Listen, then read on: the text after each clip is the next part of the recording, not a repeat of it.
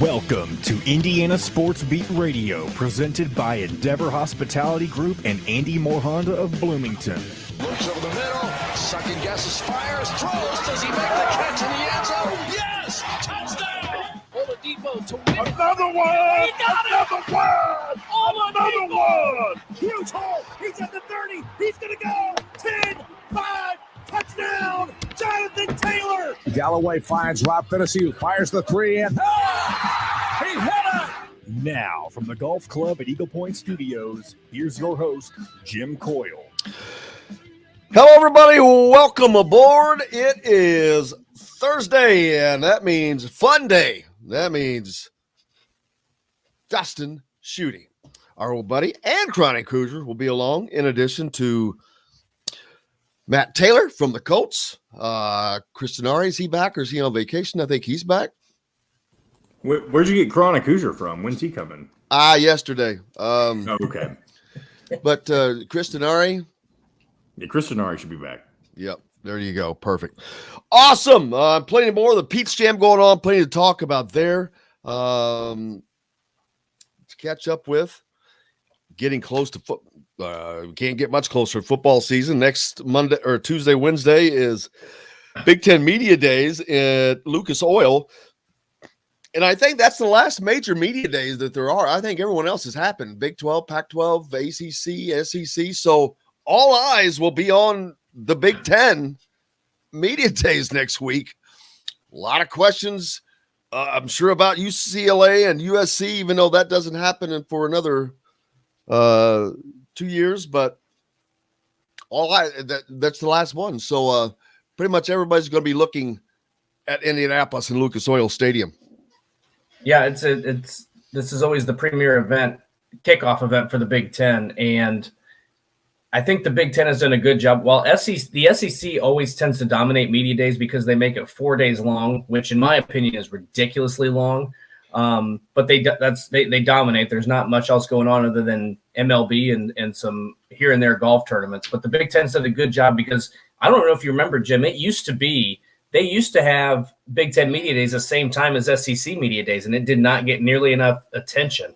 And now they've pushed it back, so that way it's got its own part of the week. It's usually the last one, so everybody's watching. So I'm going to be interested to see not just what Tom Allen says, but there's a lot of different coaches in the Big Ten this year. To me, that I think there are going to be a lot of questions. Can Purdue replicate its success? Can Nebraska get over the hump? Who's the favorite going to be in the West? Michigan, Ohio State, who's coming out of the East. This is just a really intriguing, maybe one of the more intriguing media days we've had in quite some time. Oh, yes, for a number, I agree with you. And for some, because of what I said about the addition, the growth of the league, but you've got Indiana we don't know a lot about.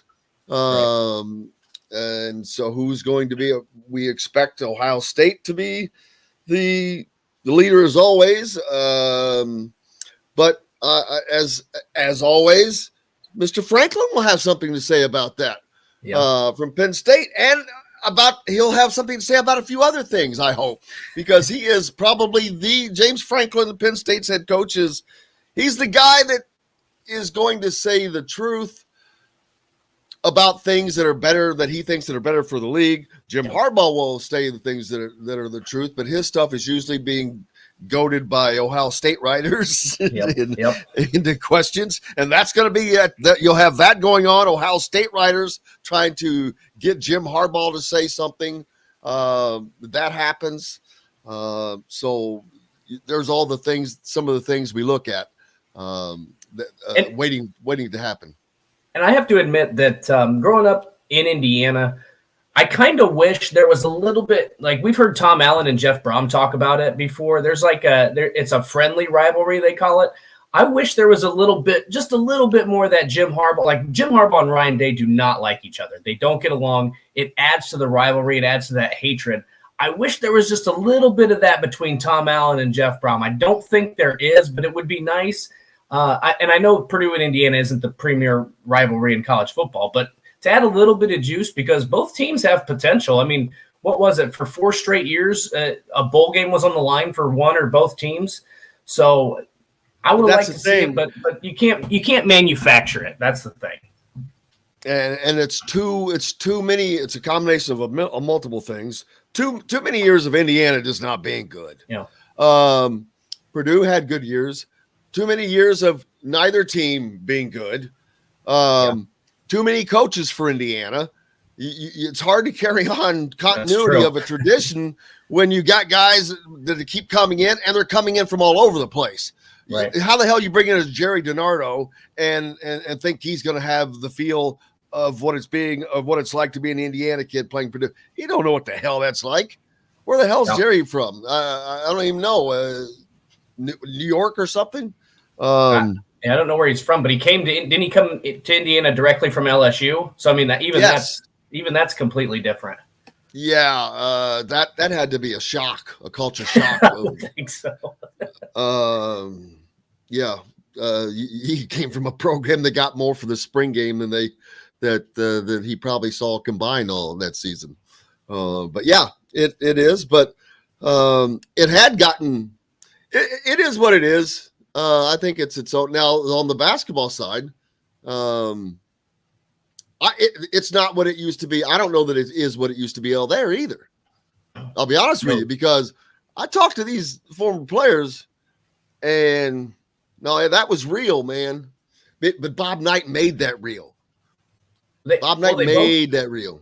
They both did, and it was like a nice balance, because Gene Cady and Bob Knight have been friends, so it was that there was this mutual respect, but also I want to. They weren't friends at the time, I don't think. I don't think they were friends at the time, but there was at least that mutual respect there, and then the feeling of I want to kick your ass, and I think that's what built to it. So even though I don't know if they got along or if they didn't get along, but even if they did at the time, they were both so competitive and fiery. And Mike Woodson and Matt Painter both are too. But it's just a different era. All these kids grow up, they play AAU together.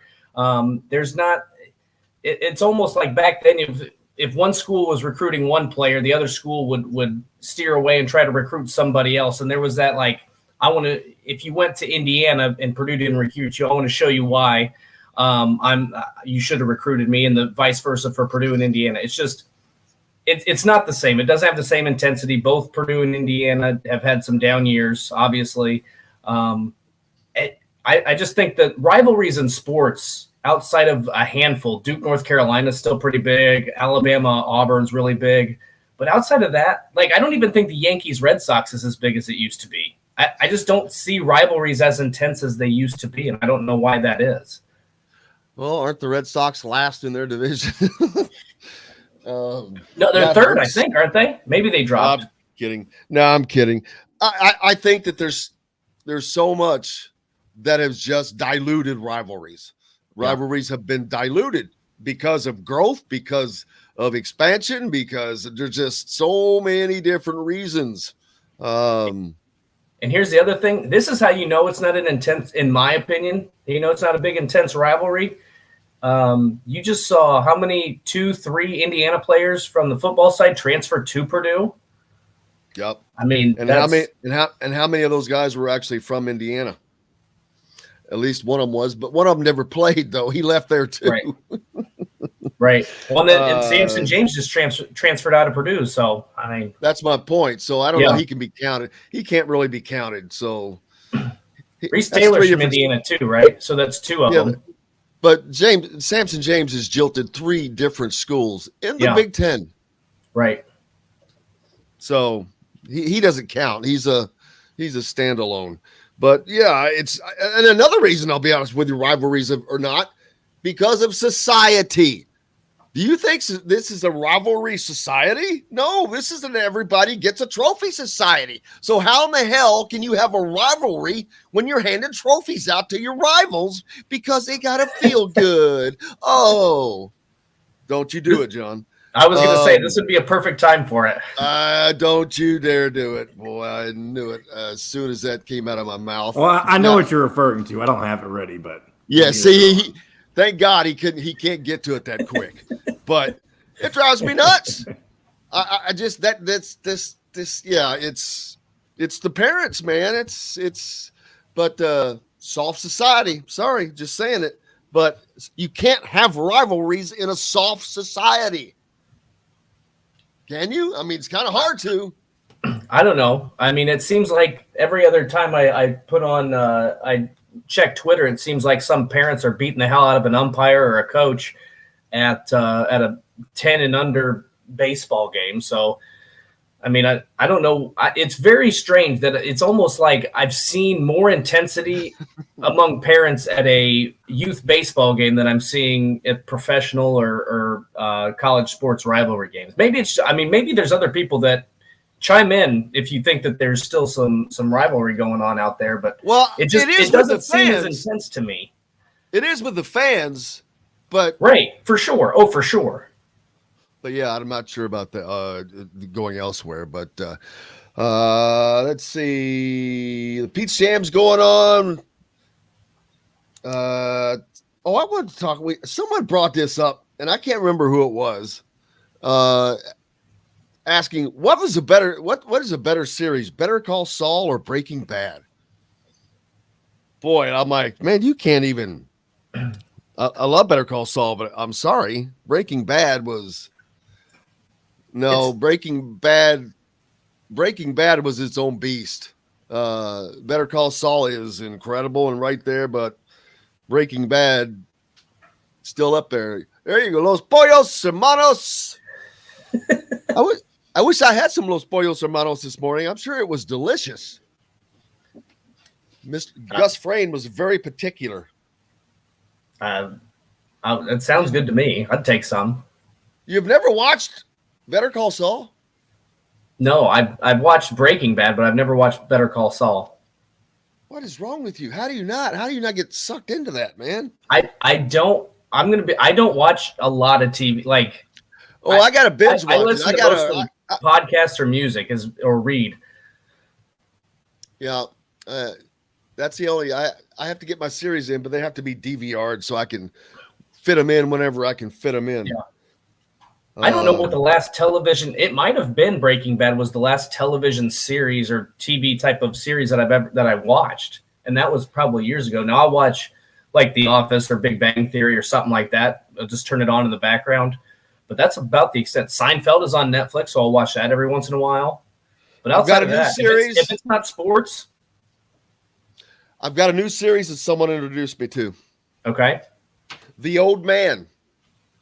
The Old Man. Okay. It's on FX. Jeff Bridges, former CIA, I believe, former CIA operative. Kind of cool. I'm digging it. I've heard 1886 is good. I think that's what it is. 1886 or 1863 or whatever the hell the year is. 1883. But it's off of, isn't it a spin-off Yellowstone or something? Or the producers of Yellowstone? I've heard that's good, but I don't know. I haven't watched either one of them. So, Dustin, didn't you just watch a book or read a book about an old man? I'm sure it has nothing to do with the TV series. But that was Ernest Hemingway, The Old Man in the Sea. I was at the beach the other day, and I thought that was appropriate. Plus, it's really short. It's a really short book. So you feel like you're an old man now at the sea? Is that why it's appropriate? Yeah, I do. Yeah, time of the beach. Yeah, I did feel like I was the old man at the sea when I was retiring early. Except you're not retiring. What's that? I said you're retiring early. Most people retire at the beach. That's what you're the old man. I wish I was retiring, but you're not retired. No, only it's a 2-hour drive, and we went to St. Augustine, and I tell you, I had some of the best seafood. I should specify best fried seafood because some people don't put it in the same category. Went on a bourbon tour, went on a wine tasting tour, came home with a couple bottles of bourbon. I spent more money than I'd care to share on this radio show, but my goodness. If you're going to St. Augustine, some of it, a little bit is kitschy and a little bit is kind of tacky, but if you find the good spots, it's a great place to spend. Probably you could spend a weekend there, not a full week, but. We got to take a break coming up. Matt Taylor's going to join us later in the hour. Chris Denari is going to join us. Right now, we've got our buddy Dustin Schutte with us. Don't forget our friends from the WOW Club, Indiana Sports Beat, big proud sponsor of, as well as IU Athletics. All the great restaurants and places around Southern Stone, Courtroom Sports Grill down in Bedford, Feast Market and Cellar, Cabello, BB's Marketplace, Visit bbsmarket.com. Make sure you go there and you can order. And steaks, sausage, all kinds of great things. Lots more coming up here. Back with it right after this. We'll be right back to the Golf Club at Eagle Point Studios for more Indiana Sports Beat Radio with Jim Coyle, presented by Endeavor Hospitality Group and Andy Moore Honda of Bloomington. Whether you're visiting... I love that we just talk about nonsense on this show sometimes. I love it too. That's what to me. That's what keeps it interesting, right? That's what. So, hold on, I got to turn my mic off for a second. Look at this. I got my coffee within arm's reach here. All right, here we go. As I just hacked up my life. But that's what I think that's why KSR is so successful, because obviously they talk about UK sports, but they do such a good job at just talking about life whenever it's the off season. I filled in for them all last week, or producing for them. And they did a trip through Pennsylvania. Every year they do a week-long trip to a random state, and they draw a state out of a hat they haven't been to. And this year it was Pennsylvania, and they visited a bunch of different towns and talked about what they did there. But they obviously, the headline of that week, it was nothing to do with sports. There was nothing going on sports related. It was about what they were doing, and that's what made the show interesting, I think. Yeah, I mean, it's relatable. Yeah.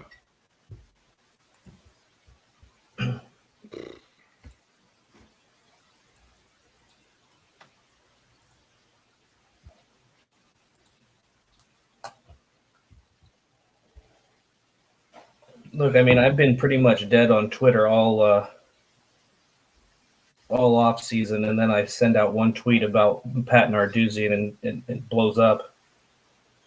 I'll tell you what, anytime you can provoke the Nebraska fans, I know Pat Narduzzi has nothing to do with that, but it seems like you can get their attention with a heartbeat. You can, yeah. Hey, for the listeners / viewers, speaking of shows, do any of y'all watch The Blacklist? My wife and I are going through that right now. Obviously, if in present time, there's like 9 seasons, I think. We're only watching on season 2 right now. So is that the one? Go ahead. Is that the one with Robert California? I don't know his real name. Yeah, James Spader. He's the lead in that. Yeah. I tell you what, though, it was weird for me going from The Office to The Blacklist because his character is honestly pretty similar. Is it really? Yeah. No, just watch the first episode. He's full of crap. You've seen The Blacklist and The Office? I have seen every episode of The Blacklist. Okay, well, please don't tell me anything about it. I've seen every episode of Boston Legal. You don't think he's like his character in The Office at all? I think he's more like the character in Boston Legal, but I haven't seen Boston Legal. In the Office, he's just aloof. Yeah, but he's just as, even if it's in a more goofy way, he's just as mysterious and weird as his character in The Blacklist is. But in one, he has a gun and he kills people, and the other one, he does not. I agree. That's true. That's true. That's the only comparison I'm going to make. We should be. Ask for Indiana Sports Beat Radio. This segment is brought to you by Remax Advanced Realty, Indy Home Pros team by Cheryl Sizemore. Now back to the Golf Club at Eagle Point Studios for more Indiana Sports Beat Radio with Jim Coyle, presented by Endeavor Hospitality Group and Andy Moore Honda of Bloomington. Welcome back. It is Thursday, Indiana Sports Beat Radio here. Hope you're having a great day. Dustin Schutte with me from Outsider.com. Hope you're having a great day. Don't forget about our great friends at Remax Realty. If you're in the market for a home in the Indianapolis area, you need Cheryl Sizemore and her 2 decades of experience. It could be the difference between you getting the home you want or not. Reach out to her at Cheryl at IndyHomePros.com. The Peach Jam is going on, and you got all kinds of IU targets down there. The IU coaching staff is down there. I think they're down there watching Harris Smith right now. Deshaun Harris-Smith. Sam Orme played yesterday. The Indy Heat team. Indiana was 3 deep watching Sam Orme. They have not offered him yet. I just think he is a kid that ends up at Purdue, but who knows? We'll see. He was good day shooting yesterday, I think.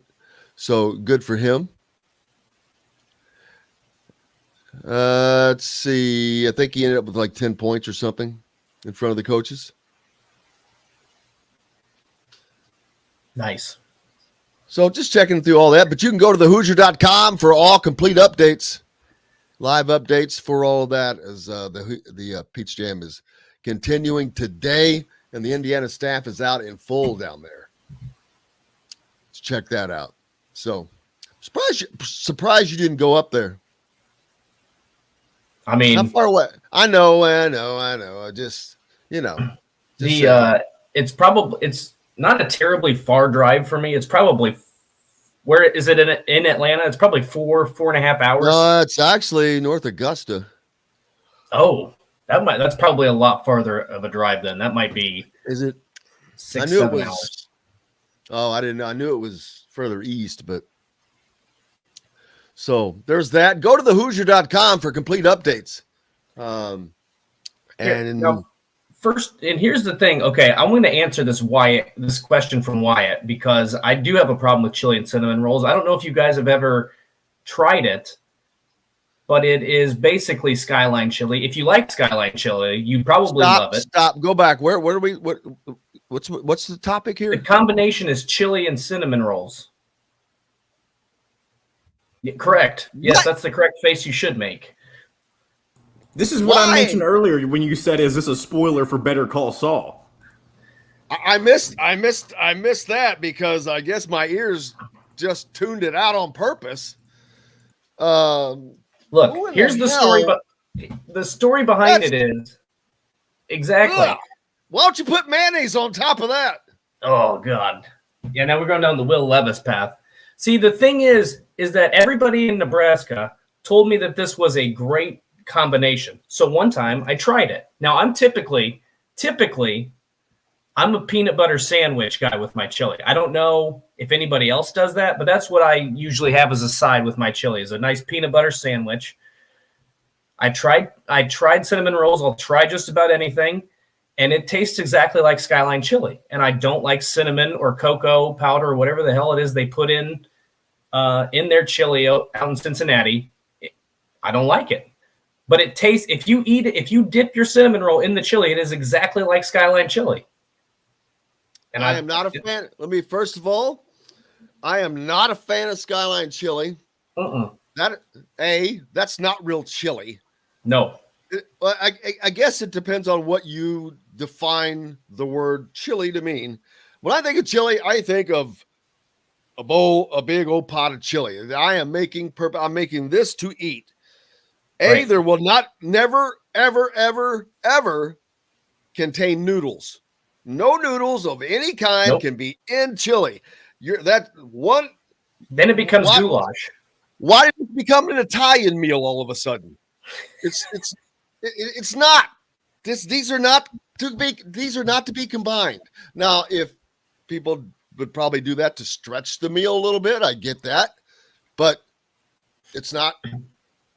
That's like saying, "Hey, can I get an old fashioned with a shot of red wine?" Oh, come on now. There is a bourbon drink with red wine. Okay, I hope they're using a cheap red wine and a cheap bourbon. I'm forgetting the name of it at the second, but I'll have to pull that up. But anyway, yeah. Forrest, not a fan of. I'm just not a fan. I just never. I just never understood the love of it. I'm like going, this is, man, my chili is 1,000 times better. Wyatt follows this up by saying there was a chili and cinnamon rolls day at school lunch. What? What? First of all, what in the hell school are you going to? Yeah. Wyatt, are you from Nebraska or is this something from Indiana? Again, He's down in I've seen he's in Southwest. He's in Southwest Indiana. So, But he could be from Nebraska, though. See, I'm telling you, a lot of these answers I've seen over here: peanut butter sandwich, cornbread is a good answer. Grilled cheese, that's a respectable answer. wait a minute, grilled cheese and chili is great. That is one of my favorite things. Pepper jack. I got this Kobe 3 pepper jack cheese. Oh, woo, son. And my chili, I use ground. First of all, I use ground sirloin. Okay. I get serious about my chili. When I'm browning that, I've got the chopped up jalapenos. They're in the meat as the meat is browning, as are the chopped up onions, spices. You got a shot of tequila that goes in there. Tequila? Well, yeah. Oh man. And then you just that's probably all I need in there. The spices in there, and then brown that, and then you got all the other stuff that's already in the crock pot, starting to get warm. And then I combine the two, and I also add the only one thing that I could consider an oddity to people are mushrooms. I like mushrooms. It's not a necessity. God. Oh, geez. It's not a necessity, but that's just something I might throw in. If I were making this for somebody else, I might not put the mushrooms in. You bashed people who put noodles in, which I agree with, but you put mushrooms in your chili. Mushrooms are a flavor. Noodles are not. One. No, they're. What? Oh, you're out of your mind. You don't like mushrooms? No, I hate mushrooms. Well, see, you just don't like them. Here's the thing, and I don't like the texture. We might have to have a chili cook-off sometime.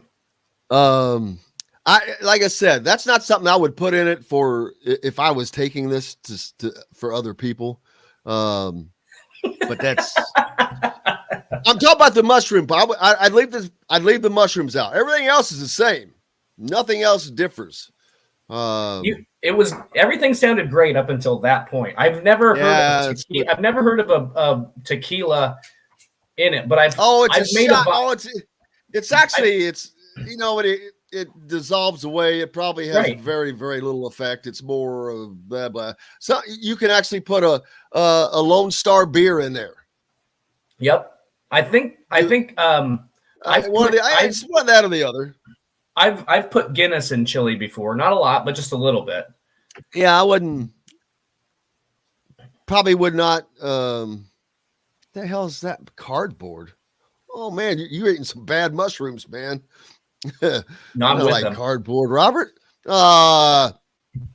See, look, it's a flavor thing, but I get it. That's why I called it. It's the one oddity. So it's something that if I were making for other people, I probably would not put those in on that particular batch. But you could have them if you like them. You could probably chop them up and then put them over there as a side, and you could put it on top. No, it's not. That's completely different. They have to be in it. It's just, yeah. Now, and you can do that with added onions, but you still have to have onions in it. Yeah, I prefer the jalapenos that are in there because I think they're not quite as hot that way. It just kind of gets the flavor out. So there you go. That's my chili recipe, man. No secrets I here. like it. No, and it would go great with some Metalworks Brewing beer from the Wild Club. Maybe, our Metalworks, one of our new sponsors. So if you ever get into town, we'll go there. Former Fusion Brewery, so looking forward to getting out to there, doing some shows from there. But Robert, how about the magic mushrooms? There you go. What kind of tomatoes? Stewed tomatoes, stewed tomatoes. Forrest likes poblano. He goes a little warmer, baby. Ooh. Let me tell you what definitely not to do. No ghost peppers, man. Oh, you don't want 5-alarm chili? Oh, hell, man. No, that's 911, baby. See, I love spice. I love heat, but there's also a point where that's not the only thing I want to be tasting, right? No, like it's got to be. some heat, It's but got to if be it's an the only addition. thing, then I don't like it. It has to be a subtexture. Right. Subtexture. You have to know it's there, but it's not the main speaker. Right. Exactly. I agree 100%. Yeah, I love that. That's the analogy there. Coming up in the Big Ten, man. Well, I guess we can't. We'll skip that subject. I forgot. Yeah, coming up basketball wise in the Big Ten, I still don't know. Indiana is definitely someone I have pegged as a co-favorite. I think Illinois, because Illinois has reloaded. People that, if you're not following them, they brought in some transfers and they've done well. And Brad Underwood is not getting that. I said this on something yesterday. I don't know that I've given him the credit he deserves. Seriously, he's done it. Illinois has been a competitor for the last few years, man. And they don't show any signs of slowing down. Nope. And like I said, they've reloaded. I think that they're going to be one of those teams that this year that is up there with Indiana. You have to assume Michigan, because they do have potentially one of the player of the year candidates with Hunter Dickinson. Yep. That doesn't automatically make them up there. I don't know what else they have to go to that because I haven't followed them. Purdue, you cannot count them out. They've got, I know that what they lost, but I know what they still have. And Michigan State and Wisconsin, Ohio State. There's a lot of teams. That's just a lot of teams that we just don't know enough about yet. I mean, that's what I just list off. 6 teams. Nearly half not nearly half the conference, but I know that the Big Ten probably isn't going to be as good as it was 2, maybe 3 years ago. But I mean, if you win the league, it's an impressive accomplishment. And I know that the Big Ten hasn't done particularly well in the NCAA tournament the past 2 seasons. But at the same time, this is a tough regular season league. I mean, especially when you look at the way that some of these teams are built. I mean, Illinois is going to have great guard play.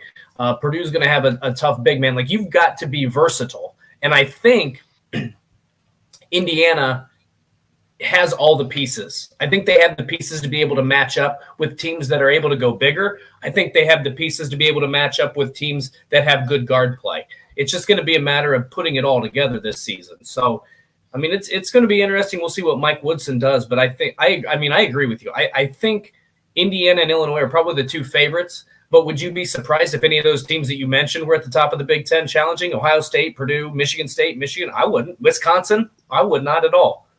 Nope. Because it's like I said, I don't know what everyone has done. I know what Indiana's done, and I know they're going to be a favorite because of the talent that they have.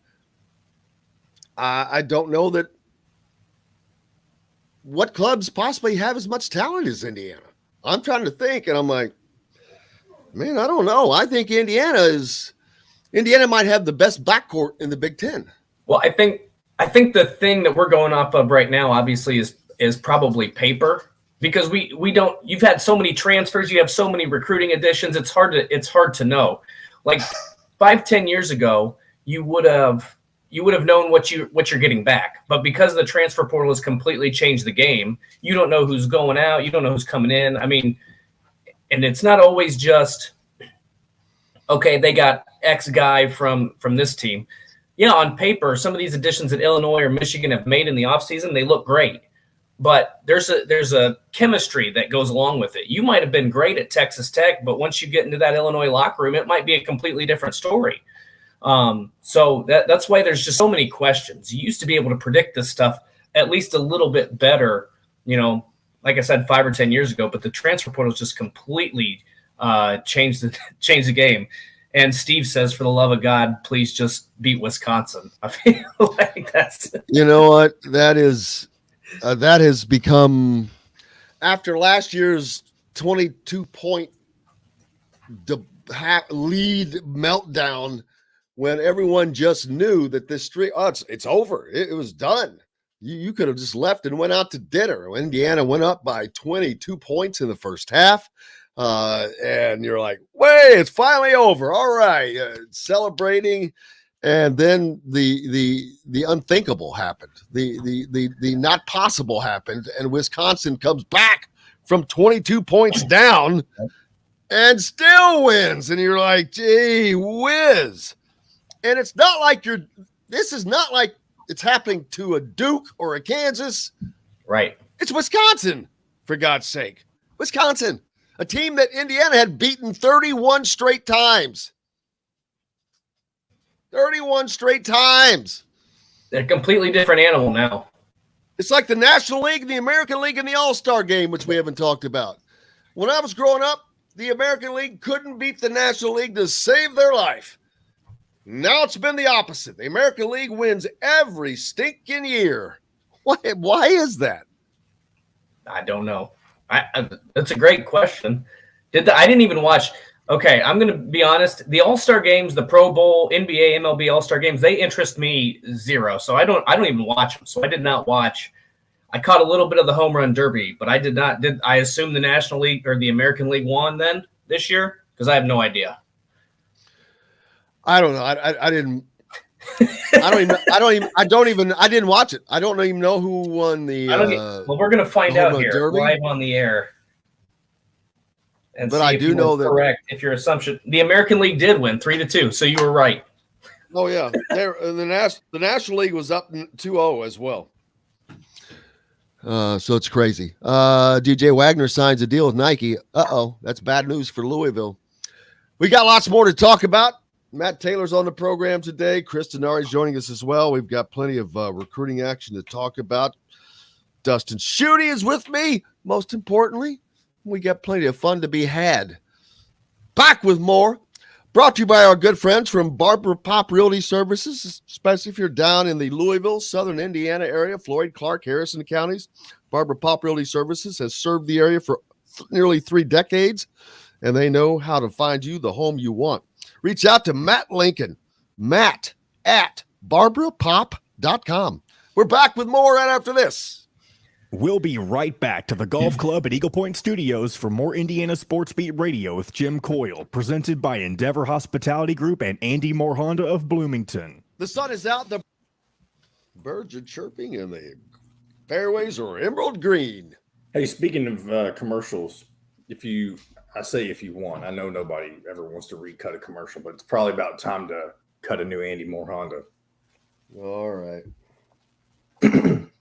Especially since we're coming up on media days, kind of like starting a new season. I'm going to go through this weekend and kind of update everything another time.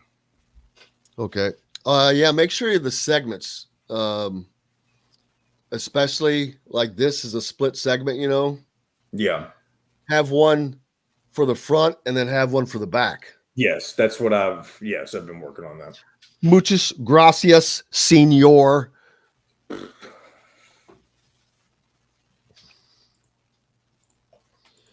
Man, well, no, Brockway won't be down there yet. I think he might still be here Tuesday. Oh, you think he's going to be up here another week? Yeah. Oh, and by the way, Dustin, you don't have to answer this on the spot, but if Kevin's co-hosting, if he's not able to co-host anymore, which it's leaning towards he won't be able to, but he's not 100% sure. Well, I would not on Tuesday if you want to do that in the future. Yeah, I mean, I could probably do that. It might be week to week, at least for now, but I guess I had Tuesday off this. I'll keep you posted. Just text me and I'll let you know. I'll let you, if Kevin ends up knowing more, like a finalized what's going to be going on with him, he may just be more of a segment guest potentially, but he has to wait and figure out what he's doing. But I just want to send me and like text me your address. I'm going to order like a headphone or a microphone for you. All right. that you can plug in, because there's no sense in I'll pay for it, or I'll send it to you. I'll shoot you the address. What are you? Are you a laptop? Are you a Mac guy or what though? I've got a HP. Oh, Same. that's shocking. It's a laptop, HP laptop. I know. It's shocking. Most people do the Mac. Yeah, I can't. I'm like, it's not that I can't stand it. I just was never had an iPhone. I've had so many Galaxies that I can't even tell you. I have a Dealer. Get more to your door with AndyMooreHonda.com. Come see us at the all-new Andy Moore Honda, now in Bloomington. This segment is brought to you by Southern Stone Restaurant.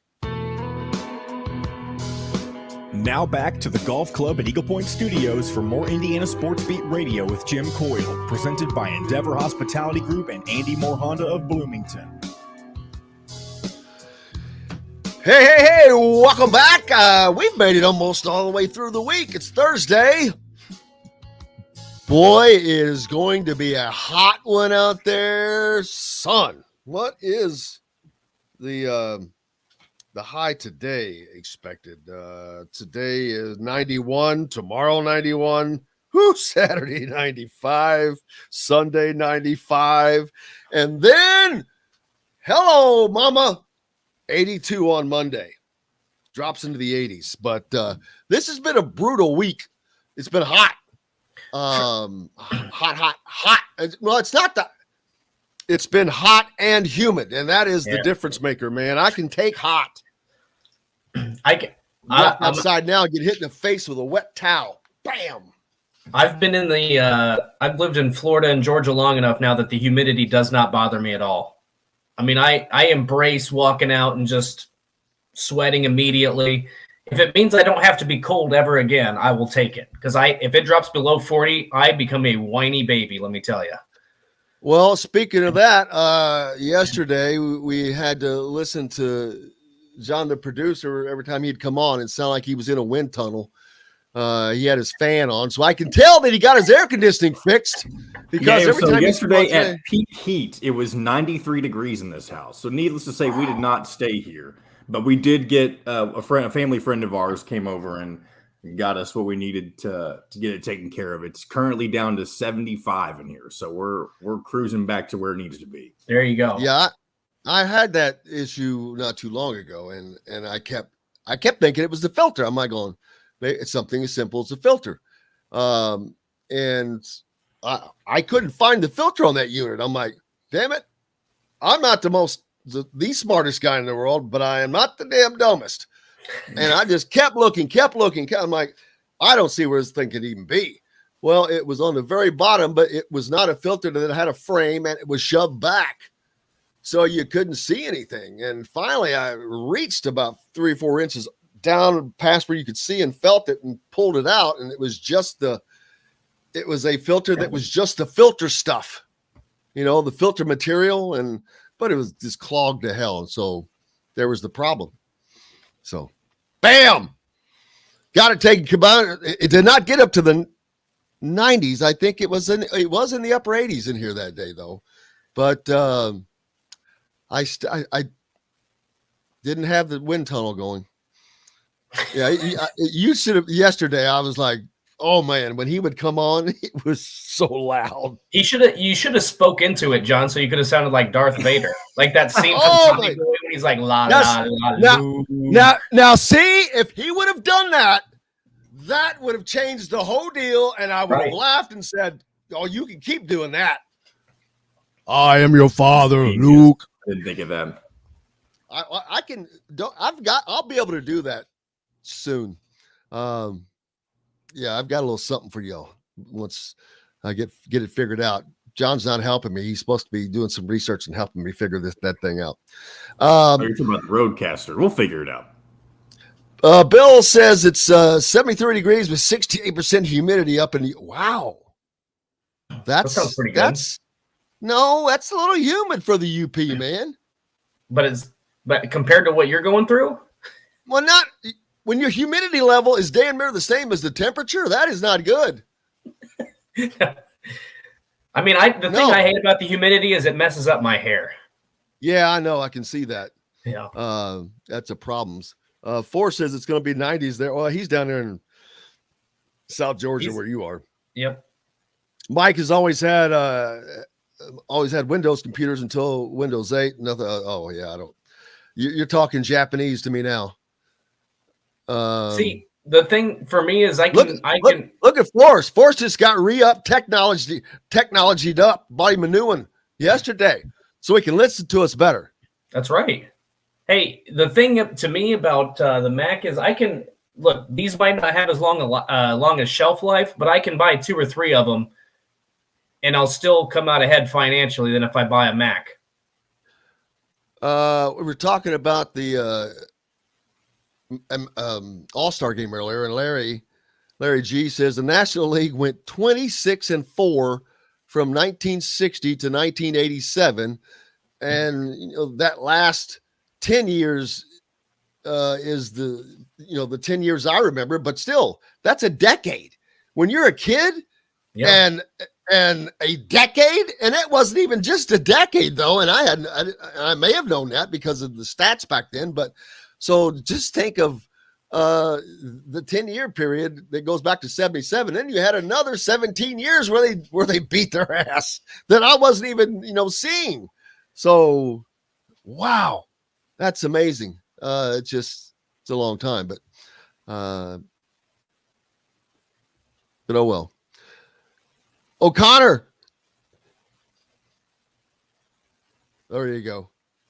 Yes, I would just repeat. I will have that soon. Don't worry. Sorry, I was just trying to read one of the comments from the Andy Moore Honda hotline. And you can comment as well. Make sure you, if you're not listening to us on the ref, 97.7 WREF in Evansville. How is the things going down there? I guess humid on the river.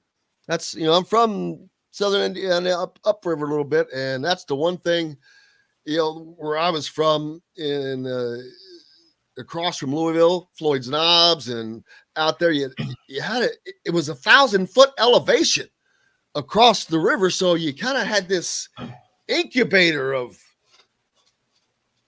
humidity just kind of sitting there. It's like, get out of here, man. The people listening on the radio do not get the treat of seeing you do this. Oh yeah, creating a wall. Yeah, too bad. Well, I think I was going to say if you're not listening to us on the ref or someplace else, make sure you go to YouTube where you can always watch, subscribe, like, and follow us there, where you can not miss the antics of me making a wind tunnel. So therefore, and I think we should. How often do you shave your head? Usually about once a week. I think you should do after the next shave a little buff. You ever buff that thing? Get her down and get a nice fine chamois on there and buff it out. I might need to. That way I get a little reflector here off the top right here. Exactly. That's what I'm thinking. We could do that here, man. Just do a ShamWow. Look like a bowling ball. Oh boy. You talk about and put a yellow shirt on with that. Wear your yellow shirt. Look like Charlie Brown. Instead of you can bring your green hat, you can bring your yellow shirt. Exactly. Come on, you can bring your green hat. When I was growing up as a kid, did you ever see? Quick reference. Does anybody get that? Quick reference. Oh, I had one of those T-shirts that was like it was the Charlie Brown body, and your head was supposed to be Charlie Brown. I had one of those T-shirts. I wouldn't fit into it now, but I wonder if they still make it, because I feel like I would fit in to that really well now. The Charlie Brown shirt? No, so it was a shirt with it had Charlie Brown's feet, torso, everything, his shirt, and then the neck comes up to here. Kind of like a tuxedo T-shirt type deal. It was one of those unique T-shirts, and then your head was supposed to be Charlie Brown. Yeah, That's we get a pond would be good for you. Yeah, that's what I'm thinking on it. No, just keep. But I don't need any help looking goofy. I can tell you that. So I need something to like work on the opposite. Maybe a shirt that comes with a face that comes up that looks like Brad Pitt or something. Oh, there you go. Yeah. Oh, a slip over, a pullover that has just a complete headpiece that looks like Brad Pitt. There you go. They That'd be still hard to sell those. breathe. Do they still sell those T-shirts that are like the whatever they're called, spray-on T-shirt where you could just get like the abs? That's The what body, I'm I'm talking sure they. Yeah, I'm That's sure what they I do. need. Absolutely. Absolutely. I saw that there were a lot of people commenting on there's the tickets for the Miami of Ohio game, Indiana basketball at Gainbridge Fieldhouse. Indiana put this out. Court level, $125. Lower club level, 100 to 70. Upper level on the side are $50. Upper level in the corner are $40, and the upper end zone are $30. You will not be charged for tickets at this time. We will not charge you until we know the quantity and seating availability. All fulfilled orders will be processed with a $10 service fee and a $4 per ticket facility fee. So an extra $14 on top of that. So club level is going to cost you $100. That's pretty pricey, man. It is, especially for the opponent. Exactly. And then I'm reading this from the Hoosier.com right now. There's a string in there, and Kavanaugh's Corner responds $100 for club. Really, guys? With question marks. And he's someone that I know can afford it, but it's not about that. It's the ridiculousness. But I don't know how much of this is Indiana and how much this is Gainbridge Fieldhouse. It's probably a combo. Because those places ain't in it to make fans. They ain't in it to make friends. They're in it for one thing: make $1. Exactly. And by the way, Kennesaw State does go to Indiana this year. Maybe I come up for that. Kennesaw State, they play at Indiana. They also play down here in Gainesville. So even though I'm not in Kennesaw anymore, I can still watch. But I'll be wearing KSU gear. I can promise you that. Do they have a radio broadcast team? No, they're through ESPN Plus. They don't. So they don't have a radio team that does their games. I'm saying not that I'm aware of. No. Okay, I'm got a suggestion for you when you get off the air. But anyway, Kavanaugh's Corner then responded, I really won't be surprised to see the prices of an IU UK series.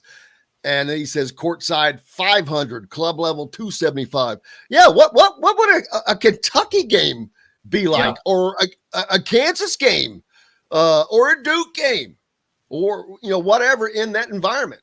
But I think that again, that's because you've taken it. But a Kentucky game in that scenario is a plausible scenario. Yeah, for sure. Because John Calipari will never step foot in Assembly Hall again. Which is still so aggravating. Oh, he's just a big ass baby. He is just a big I'm aware of that. baby. Yes. Yeah. So there's that. He's not worth. I'm not giving him the breath of my oxygen. Moving on. But I am looking forward, and I am very much looking forward to Indiana playing out in Las Vegas against Arizona, and within the same week, then going to Lawrence, Kansas to take on the Jayhawks at the Fog. Yeah, that's going to be exciting. Yeah. This might be the greatest road environment Indiana basketball has ever played in. And I'm talking about already. You go back wherever you want to go to. I don't care for how far back. I'm talking about Bob Knight era. Go on back. Tell me when a better And there may have been, because I've got to research every game, there may have been a time where number 1 Indiana went to play number 2 somebody that was not in the Big Ten. This is not Big Ten stuff. But, and to have it happen within the framework of coming off of playing Arizona makes it even bigger. But that's just like when UCLA gets into the Big Ten. It's going to take a while before Indiana at UCLA in Pauley Pavilion is not a gigantic thing. UCLA versus Indiana in Assembly Hall, that's a gigantic thing. Right. And even though they'll be conference members, it's going to take a while for that to not be like just a conference game, which are special still. I mean, you've got really special games, conference games, some non-conference games are cool. Then you've got the other stuff. But that UCLA type of game, that'll be at the top still for at least the first two cycles, in my opinion. I would think, yeah. Because those are probably games you're not going to see. Once the conference goes to 16, it's going to be very rare that you have those play UCLA or USC twice in a season. I don't know if IU has ever played at Kansas. I'll have to look that up. I know they have beaten Kansas because they beat them in 1940 for their first national championship, I believe. But we've got to take a break because the great Matt Taylor is going to be up next. Talk a little bit about Jonathan Taylor, man. He had an incredible year last year, but they need him to have another one just like it or better. You're listening to Indiana Sports Beat Radio, brought to you by our good friends from Southern Stone Restaurant, located at Patterson and Rogers in Bloomington. Southern food with Southern flair, great cuisine, comfort food with a Southern twist. All part of the WOW Club. Make sure you go to your Apple App Store or Google Play Store. Sign up today. Start earning WOW rewards. It's free. They're a great sponsor of IU Athletics and a proud sponsor of Indiana Sports Beat Radio. So please support those who support you. Back with more right after this. We'll be right back to the Golf Club at Eagle Point Studios for more Indiana Sports Beat Radio with Jim Coyle, presented by Endeavor Hospitality Group and Andy Moore Honda of Bloomington. Andy Moore Honda. So I'm looking at the series history for Indiana and Kansas, and they've played in Lawrence. It looks like a total of 3 times, and their record there is 1-2. Well, that's pretty damn good. I would won take the most recent meeting in Lawrence, Kansas, which was in '93 in overtime. No, they lost. Oh no, I'm looking at the Kansas iteration of it. So Indiana's 2-1 at Lawrence. I was looking at it backwards. Really? Yeah. Well, how about that? Wow. They won back in '74 and they won in '72. Oh well, that's a different era. Because I know who were on those teams. All right, here is Matt Taylor. Dun-dun-dun. Here's Matt Taylor. Hello, Matt Taylor. What is up? How are you, brother? Good, man. What's going on? You know it. Just football's around the corner. When is Big Ten? When is the Big Ten? Tuesday, Wednesday. You gonna be up there? Lucas Oil, stop by. You gonna be up there? Oh, absolutely. There you go. Nice. Stop by. I'll be up at camp, man. I'll be up at West. How's that going? What's the report days on Tuesday and the first practice is on Wednesday. Oh, that's same day as Big Ten. Yeah. I wish we did everything at the stadium. Trust me. It'd be a lot more convenient for me. Well, I'm glad we get to do the Big Ten Media Days there. It was awesome last year, and everybody loved it. So what exactly happens? Like what is? I've never been to a media day. What? First day you've got half the league. You've got seven teams. So you'll have the commissioner speak to open it up. Blah blah. Then each head coach will speak to the mass gathering. Then each head coach will have an individual breakout with smaller area where Like the local guy. yeah, whoever wants to talk to them. Then they also have each team will bring 3 players for those breakout sessions as well. So you've got 14 teams times 4. So that's the amount of speakers you have going on over those 2 days. And that's just a great way to get on Kevin Warren's opening statement length. Oh, I have no idea. What's the over under and him taking the credit on bringing UCLA and USC in? I don't know. At Cheryl at IndyHomePros.com or 317-298-0961. Cheryl Sizemore from Remax Advanced Realty. Let Cheryl Sizemore get you in the home you want today. Cheryl at IndyHomePros.com. This segment is brought to you by Feast Market and Cellar. Now back to the Golf Club at Eagle Point Studios for more Indiana Sports Beat Radio with Jim Coyle, presented by Endeavor Hospitality Group and Andy Moore Honda of Bloomington.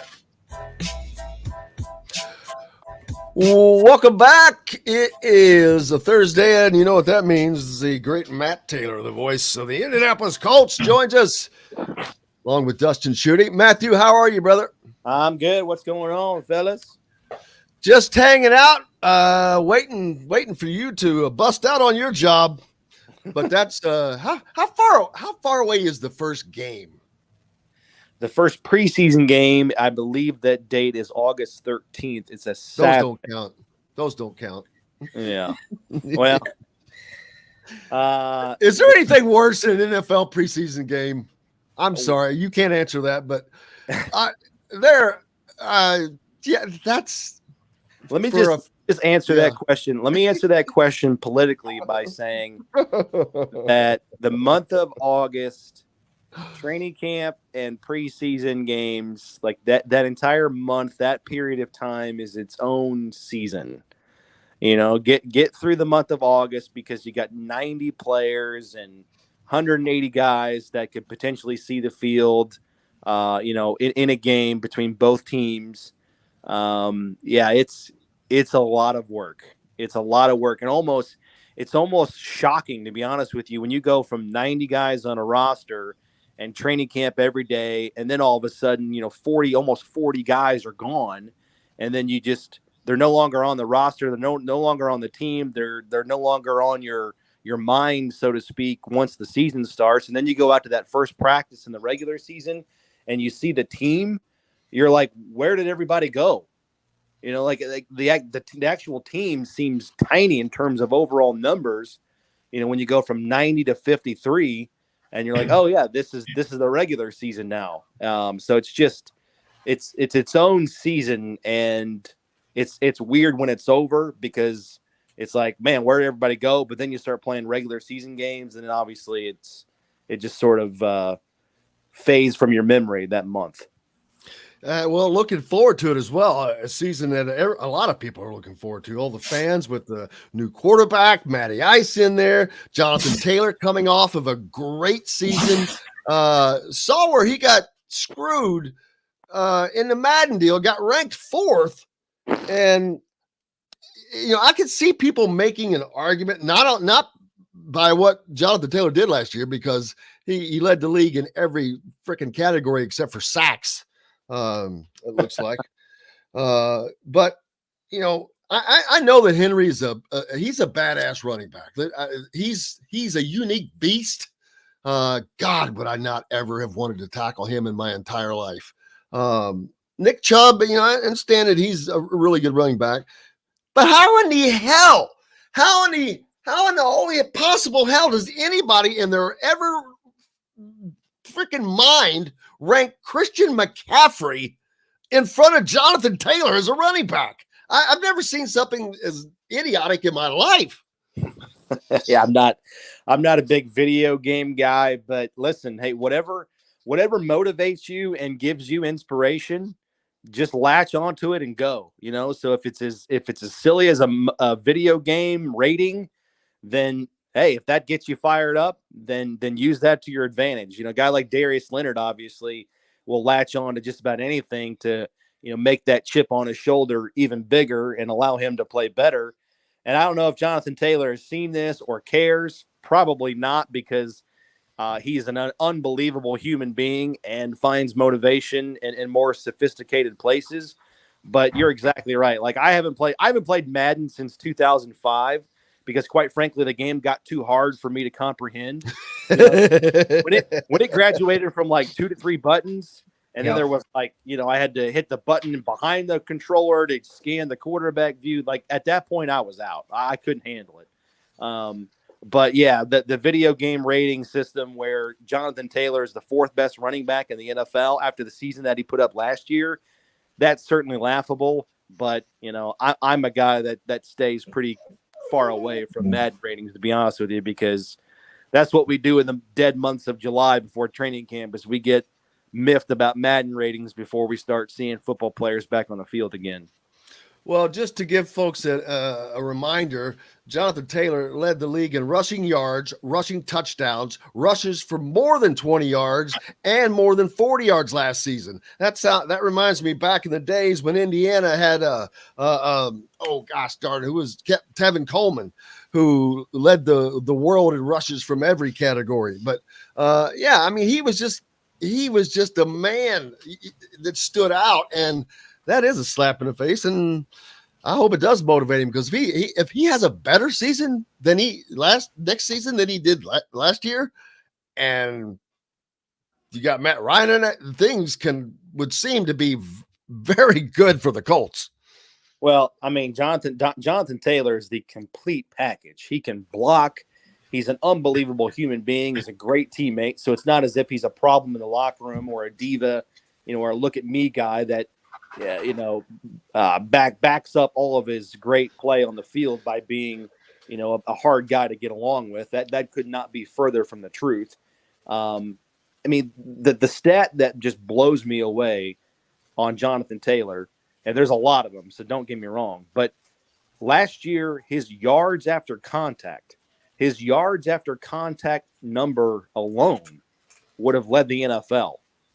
He had more yards after contact than number 2 in the NFL had total rushing. Wow. And he led the NFL in rushing by like 500 yards. So it wasn't even close to him being the rushing champ. There was no doubt that he was the best running back in the NFL last year. And he can catch the ball to the backfield. He can block on 3rd down. He can pass protect. So he does everything. I mean, and the guy runs, when he's got the ball in his hand, and he's reached like 23 miles an hour on the field. I mean, he's unbelievable. And I think he's more of an impressive guy off the field than he is on the field, which is absolutely saying something. He's my favorite player of the last 10 years in a Colts uniform because of what he represents to the team and how he represents himself for the team and inside the community. RG asked, do you re-sign Taylor? Well, he's got a little bit of ways to go, thankfully for the Colts. He's still on. Well, there you don't have to worry about it then. He's still on a rookie contract, so he's got 2 more years before they have to worry about, assessing, what he's worth and projecting, how good he'll be on a second contract. So, and that is hard, but that will be a difficult time for the Colts, because running backs in the NFL, while you've got some good ones, man, it's their lifespan is not the longest in the NFL, I guess is the best way to put it. Well, I think the best way to put it, to piggyback off of you're exactly right. Jonathan Taylor is going to be the focal point of this offense, and rightfully so. And he's one of the best players in the NFL at his position.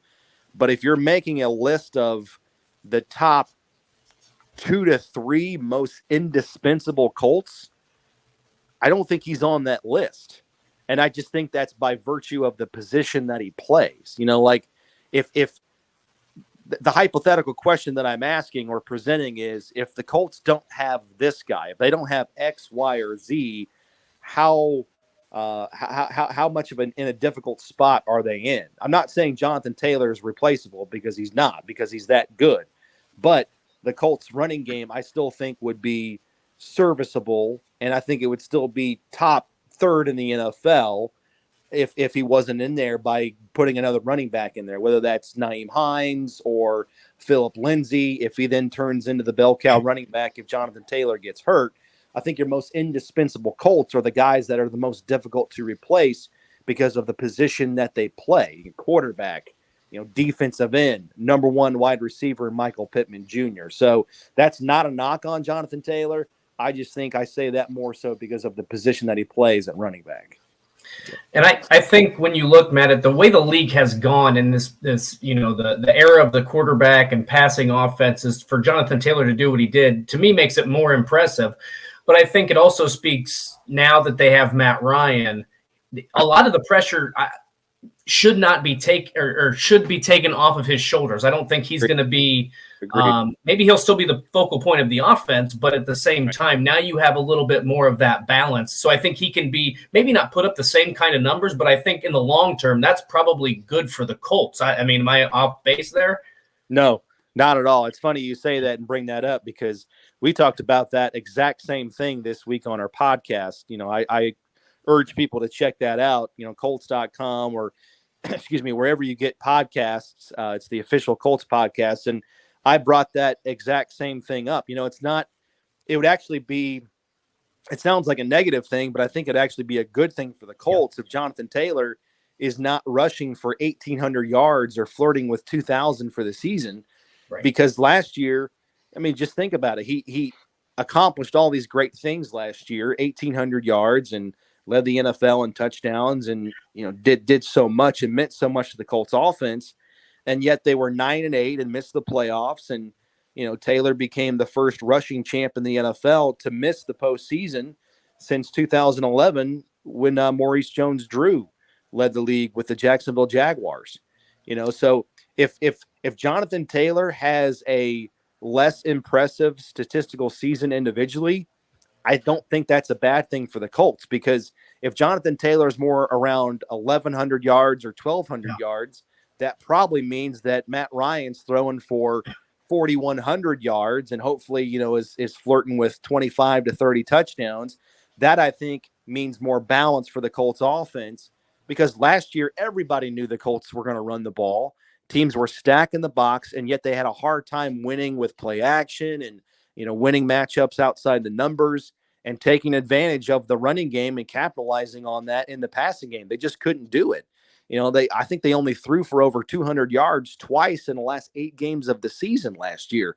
So hopefully with Matt Ryan at quarterback, who is, proven over the course of his career to be just surgical in terms of completion percentage, ball placement, decision-making, I think the ball is going to be out this year. I think the offense is going to look like it did in 2020 with Phillip Rivers. 2.5 seconds, diagnose, get the ball to playmakers, backs, tight ends, get yourself in favorable down and distance, let the playmakers make plays, get the ball in their hands as fast as possible in space. I think that's philosophically what this offense is going to look like next year. Obviously, Jonathan Taylor is still going to be the focal point of it, but I don't think it's a bad thing. I know this is a long-winded answer, but I don't think it's a bad thing for him to go from 25 carries for 150 yards down to 15 to 18 carries for 110, 120 yards. But the Colts put up 30 points, and they're more balanced in the passing game, and thus defenses can't key in or hone in on just one aspect of the Colts offense. I think go ahead, Dustin. I was going to say, I almost view running backs in the NFL today like a pitcher. You've almost got to have like a pitch count for them. You don't want them to take too many hits because you want their longevity to last. And I think that's the point with Jonathan Taylor. But one other question I wanted to ask, Matt, was the past, I don't know, maybe 2, maybe 3 years, it seems like the Colts have almost played to the level of their competition. They've beaten some really good teams, but they've also lost to some teams, obviously the last couple games of the season last year, that they should have beaten. I mean, is there an emphasis this year with that, or is it just, can a coach focus on that and say we're playing really well against the teams we should play well against, but when we're playing, a 2-15 Jacksonville team or 2-14 Jacksonville team, we're not living up to expectations? I mean, can a coach focus on that sort of thing to provide more consistency across the course of the season?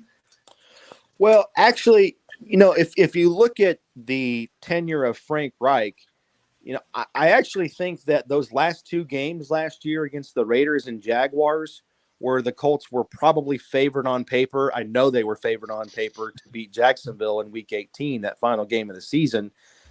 So coming up short in those games, actually, those were sort of the outliers in the Colts not being able to sort of take care of business and beat teams that they are supposed to beat or that you would think they would be favored against and beat that type of competition.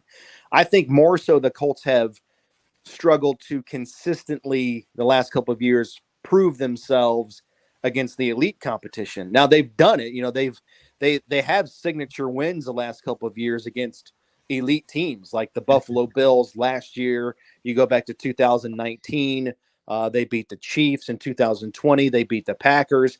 So they've got marquee wins, but just consistently beating those playoff teams, that to me, I think has been more of the issue than taking care of business against the teams that they're supposed to beat. And again, I say those last two games of the season last year were sort of the outliers in that regard. And obviously, we're still talking about those games because of what they meant for the end of the season and missing the playoffs in disappointing fashion. But I think that going forward, we've talked about this in the past, those AFC South games at the start of the season next year. It's the season, the schedule is so front loaded with division games. I actually think that's a good thing because of the way last season ended. You need to have a chip on your shoulder. And because you're playing 5 of your first 7 games against the AFC South right out of the gate, you got to get off to a good start, because if you don't, there's not a lot of chance for recovery late in the season inside the division.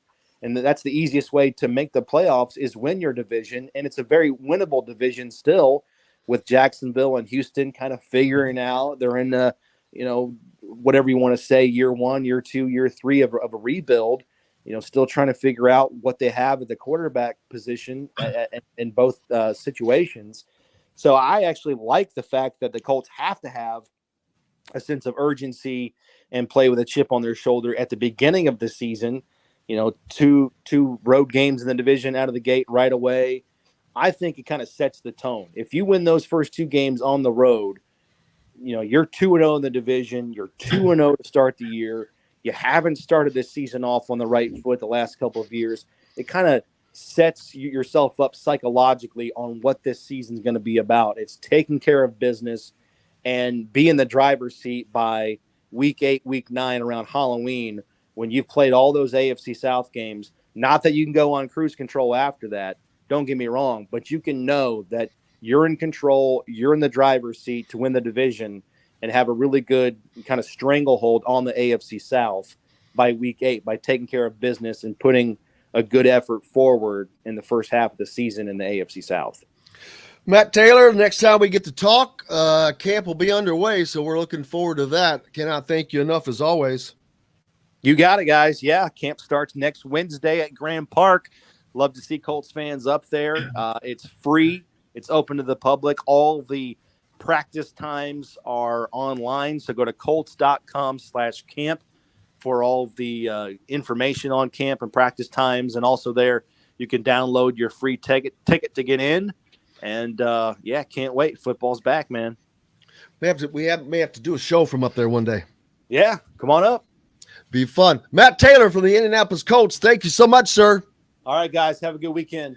You betcha. You as well. Hey, we've got lots more coming up. Chris Denari, the voice of the Indiana Pacers, comes up next. Brought to you by our good friends at Feast Market and Cellar, located next door to Southern Stone on Patterson and Rogers, offering an extensive wine selection with a sommelier on staff. They take their pairings seriously. They'll help you get set up, in addition to providing lots of other options, gourmet cheeses, sandwiches, and a coffee bar, etc. More. All part of the Wow Club. Go to your Apple App Store or Google Play Store. Sign up today. Start earning Wow rewards. It's free. Back with Chris Denari right after this.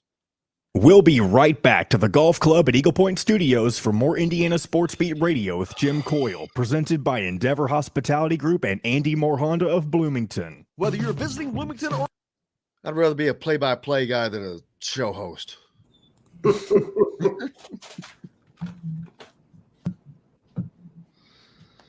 How are you, Sorry, sir? we're running a couple minutes behind, Chris. Oh, no problem. No problem. Oh, I'm good. I'm good. How's the garden? How's the garden? You got plenty of rain, man. We're not getting. Bloomington's getting screwed on that. We're not getting. Well, Bloomington proper might, but I'm just south. And the other day when we were Sunday, I'm like, oh, this is gonna be awesome. I was looking forward to just doing nothing and listening to the thunder. Nada. Got some droplets. No, we've got significant rain, but sometimes it rains so hard you'd like off. a nicer Yeah, because a lot of it runs off. Yeah. Come here. I was going to show you guys something. We last week, as I told you, we lost our dog Bailey, 13 years. We were in the process of adding, because we've always had 2 dogs, and it just so happened that we had agreed to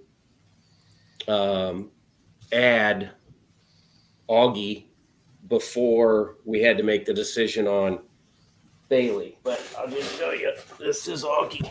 Look at him or her. Oh, man. Now, is that like a hound healer mix or something? Well, he's 4.5 months. He looks a little bit like if you look Catahoula. Yeah. Oh, yeah. But we don't know. He's a I know all rescue. about the cattle dogs, baby. Those are cattle dogs we're talking about. And the Catahoula's very Australian. Australia was known for their cattle dogs. Because it looks kind of like an Australian Shepherd, slightly. Well, yeah, he's color-wise, but they listed him as an American bully, but we don't really know what he is. He was he's 4.5 months. He was living with his mom and his 3 sibs. We got him from a rescue out on in Plainfield in Danville. So we had agreed to it, and then unfortunately we had to put Bailey down on Thursday, and then we got him on Saturday. We were hoping that she'd be able to show him the ropes, but it didn't work out. But he's been awesome. 15. Here we go. #1 Honda dealer. Get more to your door with AndyMooreHonda.com. Come see us at the all-new Andy Moore Honda, now in Bloomington. This segment is brought to you by K-Bello. Now back to the Golf Club at Eagle Point Studios for more Indiana Sports Beat Radio with Jim Coyle, presented by Endeavor Hospitality Group and Andy Moore Honda of Bloomington. Welcome back. It is a sunny and hot Thursday here at Indiana Sports Beat, but that's okay because we've got Dustin Schutte and now joined by the great Chris Denari, the voice of the Pacers, and Augie. Augie making his debut. So congratulations to Augie. He's hiding under the desk right now. He'll learn. He'll get it down. He'll understand every Thursday about 9:50 what he needs to do. The lights go on. When his ears start perking up, I'm like, oh man, you can tell when that things are getting well. How are things with you? Good. Was able to watch a lot of summer league. Every summer league game was televised either on ESPN, ESPN2, or NBA TV. And I thought, when we saw the Pacers early on, play the players that they wanted to play, Benedict Mathurin, Chris Duarte, Isaiah Jackson, Terry Taylor, they looked really, really good. And so what they did is they decided to shut down. They wanted to play Duarte a game, and I thought he looked really good, second-year player. Mathurin was second team all summer league. He only played 3 games. If you look at his points per minute, he was probably one of the highest in summer league. I think Matt Ryan of Boston was the only other player. So he was very efficient.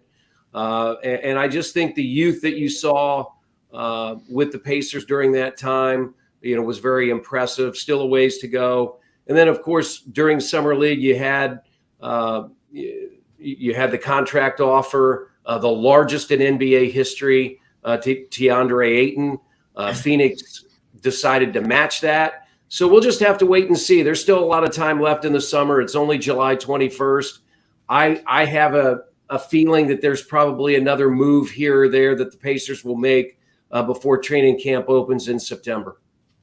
And I was going to ask, did you ever, when that first happened, did you think that there was a chance that Phoenix would not match that?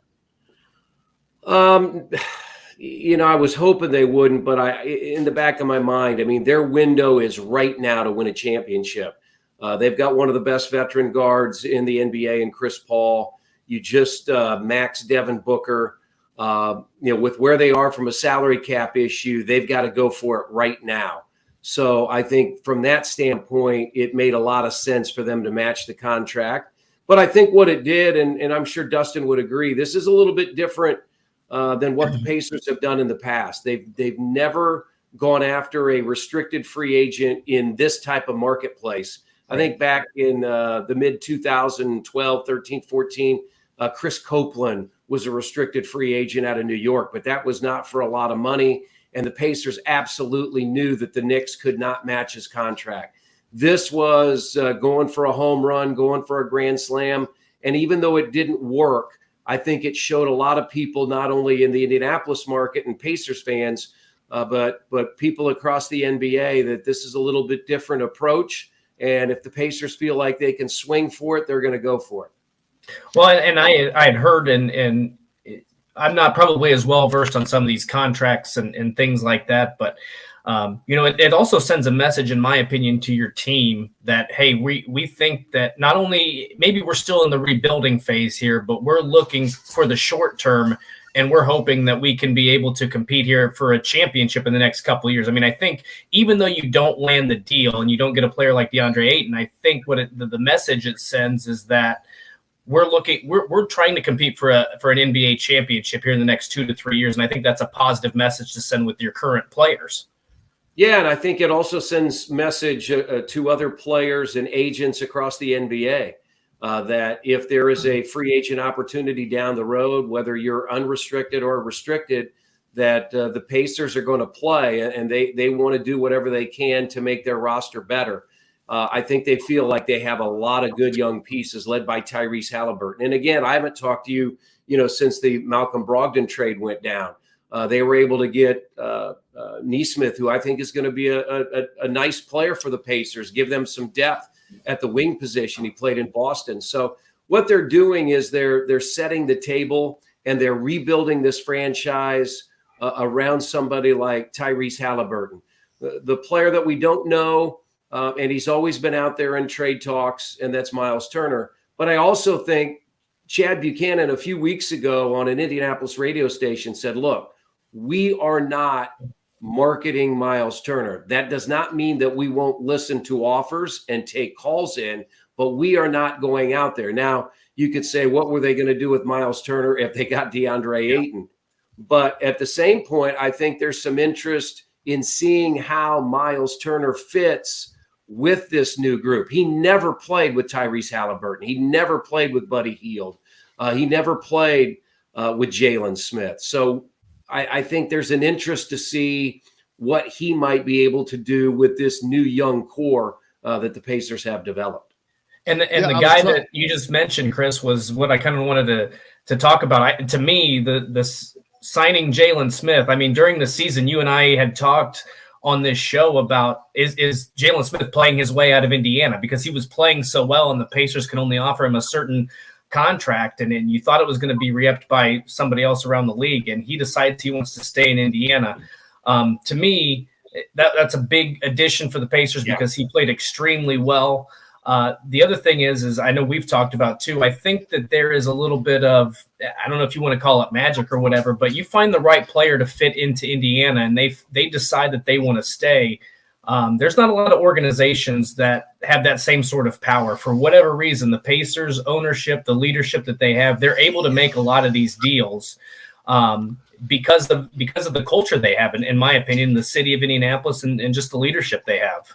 Well, and you'll hear a lot of players talk about their experience with Indiana once they leave and they go somewhere else. And that's not saying that other places aren't good, because, you have a lot of strong franchises out in the NBA. But I've always talked to former players who have moved on, and they said, look, I really missed Indianapolis. I really missed the fan base. I really missed the organization, how they treated me, not just on the floor, but off the floor. And so I think if that happens over time, and Jalen Smith got just a brief experience in that, you have to tip your hat to him because he had a chance to take way more money up front. But he's also betting on himself in the long term, and he's also betting that he can do what he wants to do with the Pacers. And I think when you look at somebody like Tyrese Halliburton, who is a pass-first point guard who can score. I mean, he averaged 18 points and 10 assists, I think, during his Pacers 25 or 26 games. A player like Jalen Smith is going to flourish in a system with Tyrese Halliburton. So these guys are pretty smart when they look. And I think Jalen's a little bit different. I think from the standpoint that Rick Carlisle and the front office said they had a great opportunity to meet with Jalen. They met with his parents. They met with his agents. And it wasn't just all about the cash grab for Jalen. Right. Sure, he's still making a lot of money. Let's again, we're talking about pro sports in the NBA. He's still making a lot of money, but he could have made a lot more earlier. And he's betting that he can be better off with the Pacers in the short term and the long term. And that's what he felt is best for his career. And just real quick, I wanted to ask one more question on that. Sorry to interrupt you, Jim, but I just had one more thought. Does it benefit the Pacers? Because what we just talked about, to have a guy like Lance Stevenson around to say, hey, I made that move once and I regretted it every day. I mean, not every player is going to be the same. Not every situation is going to be the same. But I mean, Lance has talked about, I should have stayed in Indiana. That, one of the biggest regrets of his career. Is he a guy that you think would have that conversation with a guy like Jalen Smith and say, look, do what you want, but this is my experience and it didn't work out for me? Yeah, I wouldn't doubt that. I mean, Lance has been in the building working out, especially up until July 1 before he became an official free agent. Jalen was in the building too. I thought, was Elvis in the building? I thought that was the most impressive thing, guys, is I would go watch some of the rookie workouts getting ready for the draft. And you would see Jalen Smith, Isaiah Jackson, Chris Duarte, Tyrese Halliburton, TJ McConnell, Dwayne Washington. That's a name that I'm anxious to see if the Pacers are able to bring him back to create cap space to sign DeAndre Ayton. They had to waive Dwayne Washington. I'm a big fan. I really like Dwayne, so I'm hopeful he can come back. Same too, I'm a big fan of Lance. I mean, I don't know where he fits in to what the front office is thinking, what Rick Carlisle is thinking, but I'm a big fan. And so I do think that he might have had some input. Again, Jalen, every player has to make their own decision, but you can just look at what happened to Lance. If he would have stayed in Indiana, his career, I believe, would have been far different. Something I was looking at, I'm glad you guys went on with that because it took me a minute to do some math. It wasn't long enough that I could do the other side of it, but for the projected starters for the Pacers, which I'm going to assume Duarte, Mathurin, Jalen Smith, Miles Turner, and Halliburton is probably good. Yeah. The average age, 23.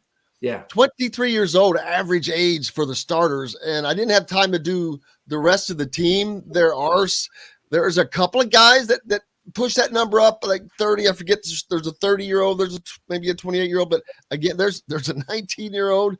How young are the Pacers as compared to the rest of the league? Well, I mean, if you look at Oklahoma City, they're probably one of the youngest teams. And I'll tell you, Tyrese Halliburton has said this in a number of interviews I've seen him do during Summer League. And everybody looks and points to Memphis. And maybe it was Memphis. That's what Memphis has done, right? With Ja Morant, with Jaren Jackson, with all of theirs. Now they added Steven Adams, a veteran center. They've got Dylan Brooks, who is a little bit older, but a few years ago, they were in the same position as the Pacers, building with their young talent. And then last year, they finished second in the Western Conference. Now, I'm not going to promise records or standings or any of those types of things, but I think you look across the NBA, Cleveland has redone it with a young core. And I think that's what the Pacers are hoping to do. in the NBA, as in pro sports, you had Matt Taylor on before me, voice of the Colts. And while the Colts have a number of their core players over the last few years, if you look at their roster today, who will be on their final 53, and what it was 3 or 4 years ago, maybe there's 8, 10 players. That's it, 20%. So the same is sort of true in the NBA, though you have lesser players, that you were really looking at windows. And the Pacers are looking at about a 4 or 5 year window where they feel with this group they can build and rise up in the Eastern Conference. That's a little bit what they did back in 2010, 2011 when they drafted Paul George and Lance Stevenson. They had a little bit older of a younger veteran in Roy Hibbert, and then they added George Hill and David West. That was sort of the core 5. This is a little bit different because I think these guys are all roughly the same age, as Jim said. Miles Turner would be your oldest starter, and he's only 25 or 26. So I think the Pacers have done a good job of building, and that's something the fan base wanted. And I really think it's something that Kevin Pritchard and his staff wanted to do. Sometimes it just takes a while to get there. Go ahead. I was going to say, I hope the hope isn't to not do well, but one more round of higher drafts is still something this team is going to need to go forward, I think, unless something like the trade for Ayton that didn't happened. Yeah. I mean, had that happened, boy, what are we talking about right now? How good this team would be. Yeah, and the other thing is, I get your point, and I agree with that. I mean, I think it helped the Pacers this year, of course, to be able to have the draft picks that they had. The 6th pick with Mathurin, Andrew Nembhard, I think is going to be a solid player. Looks like he's going to sign a 4-year deal as a 2nd-round draft pick. At some point, though, with this young group, and I know, Dustin, you have to win. Because if you want to keep guys and you want them to build together, you've got to win games. Because at some point, as you look across the NBA, the Sacramentos, those type, they haven't won, so players don't want to stay there. Right. So you have to win. You've got to put yourself in position to win, because we can talk about all the money that these guys make, and it is significant. We get that. They want to compete and they want to win, because at the end of the day, you are measured by championships and how far you've taken your team, because all these guys are making a lot of money, but legacy is built on wins and championships, and that's what people want. Well, that's what he said in Moneyball, baby. If we're not playing to win the last game, what are we doing here? That's what, to me, look, I'm a Pacers fan. I want to see them win every game. I don't care if they're 2-60 at some point in the season. I want to see them win. But I do think there's almost a benefit, and I hate to say that as somebody that the Pacers have never tanked. They've always been competitive. But I do think that if they were closer to that 500, if they were flirting with the playoffs, does the franchise decide that they're going to go the route of a rebuild? And I think that this is what the franchise needed. I think that's what a lot of fans wanted.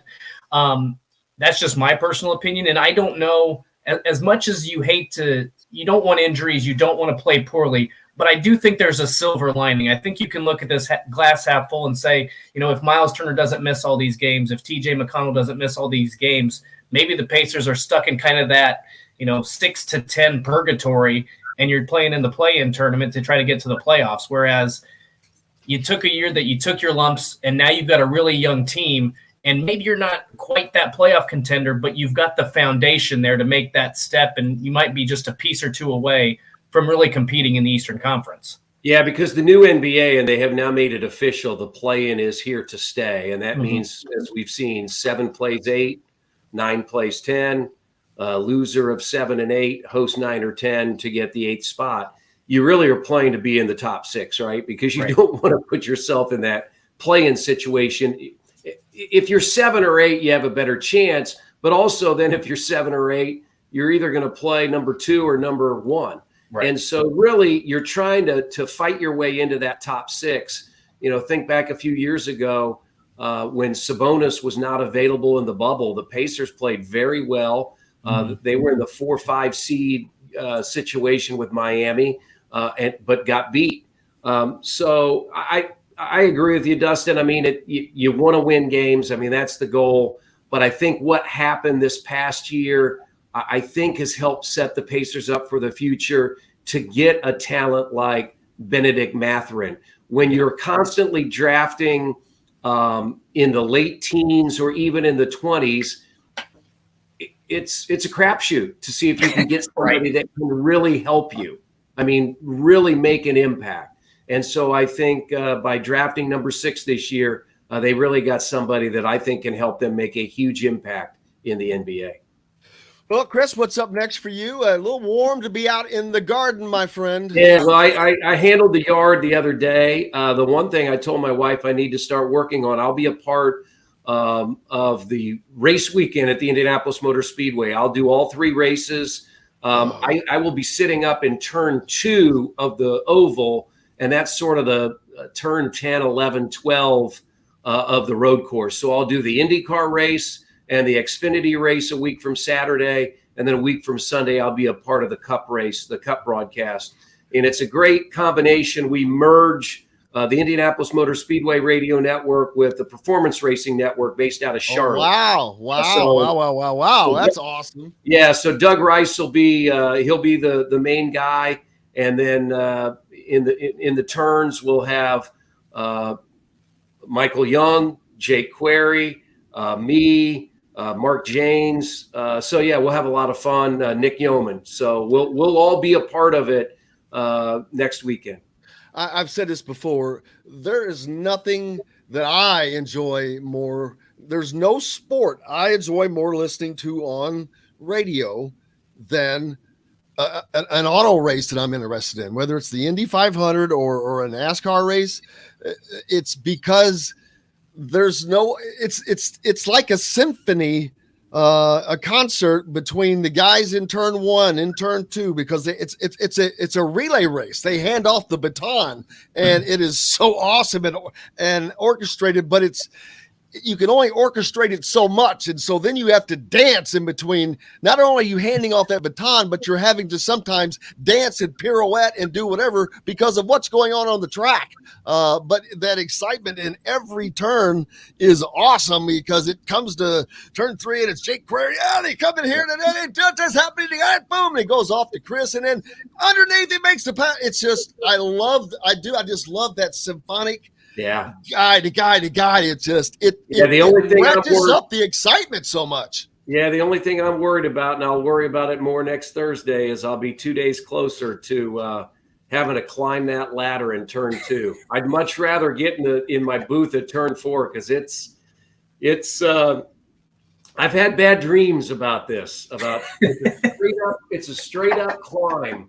Do you have a spotter? Yes. Yeah, I have a spotter. Man, if you ever need a backup spotter, I want to be the backup spotter. I'm not kidding. Hey, man, I'm not kidding. My family lives down in Charlotte. I'm an auto fan. There's one podcast that I listen to. One. It's Dale Jr.'s podcast. And it's not because I'm a NASCAR head. I love his podcast. I love that history that comes out. I love the stories that comes out. It's just it's not all about being funny or cussing or this or that. It's just always good stuff, and I enjoy it. Enjoy the hell out of it. But I like the racing. Plus, you've got Chase Briscoe, who damn near won this race last year. Yeah. How the inaugural? How crazy would that have been to have Chase Briscoe win that damn race? And he'll be a force this year because he's a good road racer. Yeah. That's the thing. I really enjoyed it, and it's unique on that weekend to do an IndyCar race like at 12:30, an Xfinity race at 3:30, and then you come back with the Cup cars. I think the weekend. I think it was a smart move to sort of make the month of May the oval, and then. Except for the IndyCar road course race early, but the month of May focused on the 500, and then go to July and really focus on the road course. One of my favorite things, I know we got to take a break, but one of my favorite things, Chris, was not living in Indiana. I'm actually able to watch the Indy 500, and I was able to thanks to the 1070 Not living in app, Indiana, I can I'm actually able to watch the TV. race. I can sync the broadcast up, so I'm listening to you and Jake and all the other guys, and I synced it up perfectly. And I love it more than the television broadcast because there's passion there. You guys are familiar. You've done it for a long time. It's a great way to enjoy the race. I know I'm one of the fortunate ones because I get to see it, but you guys do an excellent job every year. And I don't know if I got to tell you that back in May, but it was a treat to put that on and have that synced up and listen to your guys' broadcast. I appreciate it. Thanks a lot. Well, I think of those sounds, and if I shut my eyes, all I see is green grass, a backyard, a grill, and the sound of that. And just for 3 hours, that is the exact visual that comes to mind. Not the race, because there's so many people that are not. If they're there, they are listening to you because you can see things they can't. But especially in the Indianapolis area, who are not allowed to legally watch the race. You're their eyes, man. You are their eyes. But great job. I know we got to let you go, but it's just been fun. But looking forward to getting to talk about that a little bit more next week. So we'll do it next week. We can do that. Thank you, sir. Have a great weekend. Okay. Thanks, guys. Chris Denari joining us here on Indiana Sports Beat. As always, we can take a quick break. Back with more, brought to you by our good friends at Cabello, a part of the Wow Club. Cabello, located right on the square in Bloomington on the northeast side, former Grazie restaurant. Italian fare, man. It is unbelievably good. I have had it. It's good. You can match that up with some beer from Metalworks Brewing Company as well. But back with more Indiana Sports Beat with Dustin Schutte right after this. We'll be right back to the Golf Club at Eagle Point Studios for more Indiana Sports Beat Radio with Jim Coyle, presented by Endeavor Hospitality Group and Andy Moore Honda of Bloomington. Whether you're visiting, let's see. Yeah, I'm trying to get. I'll get Mo on here.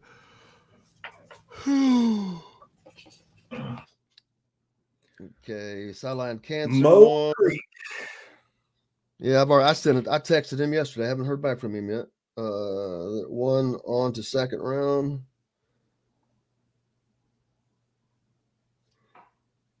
We'll talk to him soon.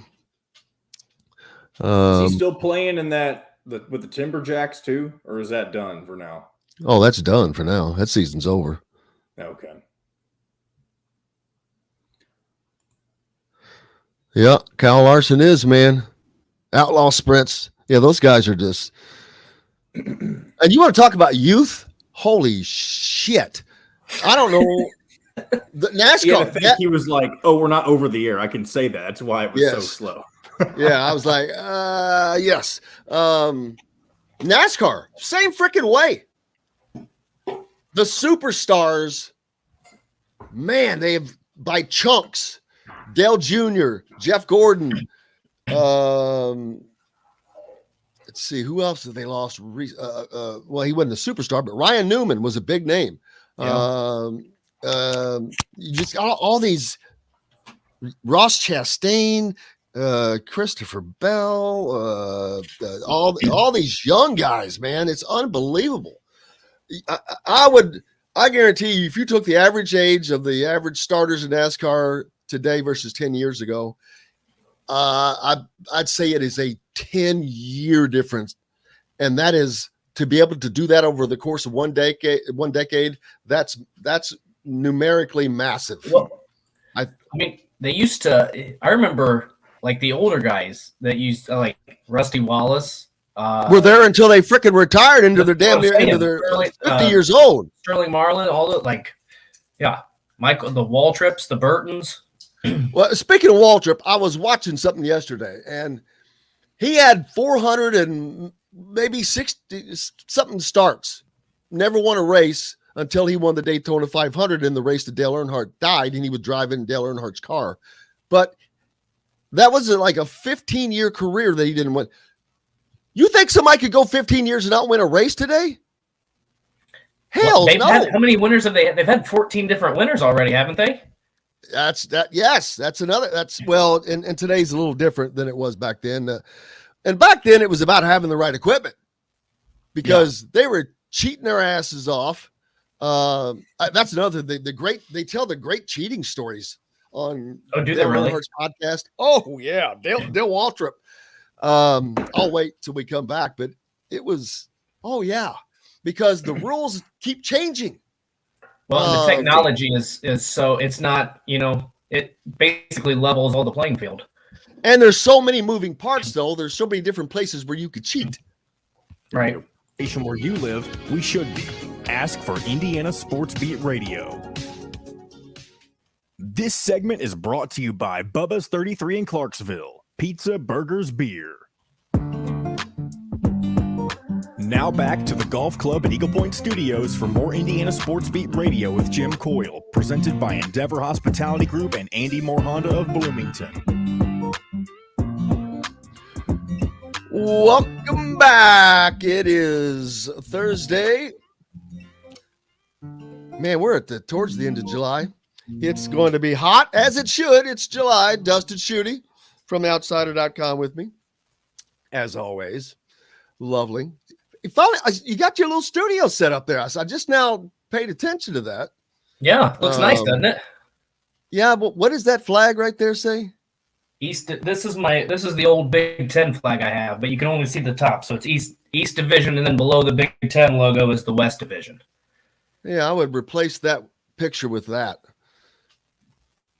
You don't like my Amen Corner photo?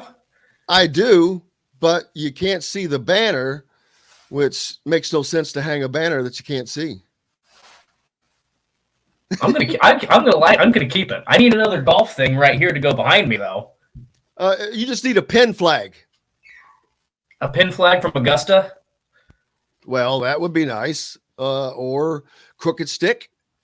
Oh, cricket stick. There we go. French lick. Any of them. I should get a collection of I've got this entire wall in front of me. You all can't see it, but I got this entire wall in front of me that's pretty much a blank canvas here. Maybe I should take they sell those flags, like one of the flags they put on one of the greens. I could just run a collection of those. We were talking a little NASCAR in the break, which I was talking more than anything, but because I was comparing it to the conversation I was having with Chris about the youth movement of the Pacers. NASCAR is the same way, man. The big names, so many of them are not there anymore. Kevin Harvick, as Tim mentioned, that's he's probably the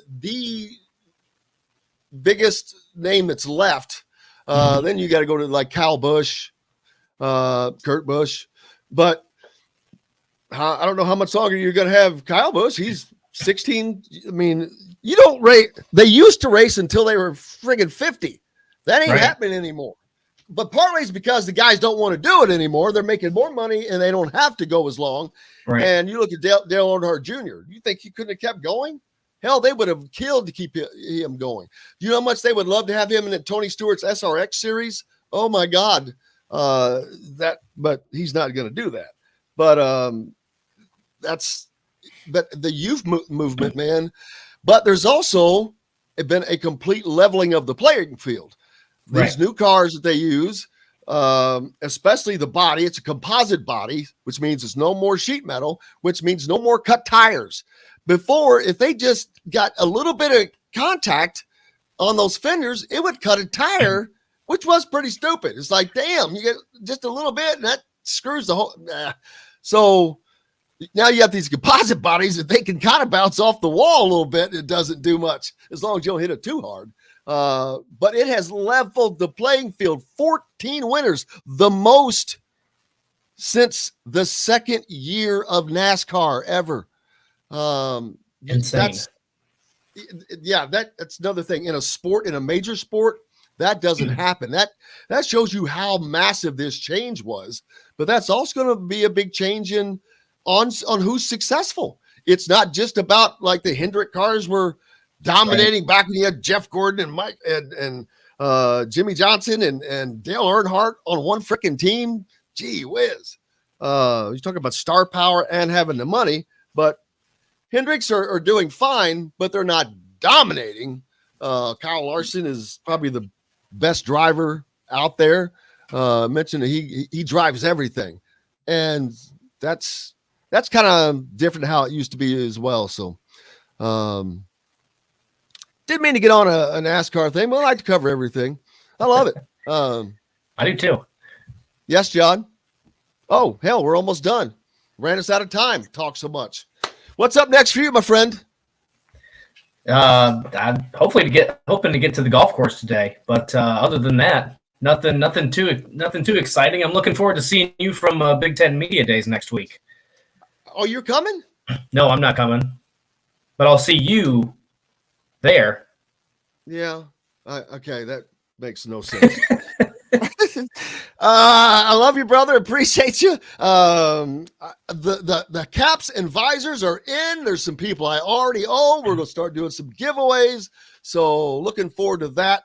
Yep. And then tomorrow, Alec Lasley will be with us to update you on what is going on at the Peach Jam, but you can get live cover updates right now from thehoosier.com. Over there as we have Keegan Nicholson down there and everything that's going on. Go to thehoosier.com, sign up. It's free if you're not already on there. Also tomorrow, I forget who else, but we'll just put it out. Fridays are all over the place, but we should have Mitchell Page back this week. Awesome. Can't wait. Looking forward to it. Can't thank you guys enough. Can't thank Chris Denari, Matt Taylor, and of course, my good friend Dustin Schutte, as well as John, a producer. Most importantly, thanks to you all. Without you, we've got no reason to be here. Be back tomorrow. Make sure you sign up. Follow us on YouTube. Hit like. All that good stuff. Follow Dustin on Twitter. Follow me on Twitter at Jim Coyle ISB. Until tomorrow, I'm Jim Coyle. I will see you on the radio. Thanks for listening to Indiana Sports Beat Radio. Be sure to subscribe to our YouTube page for more clips and team coverage of Indiana basketball, football, and more. You can also find full episodes and tons of other content on thehoosier.com. We'll see you next time for another edition of Indiana Sports Beat Radio.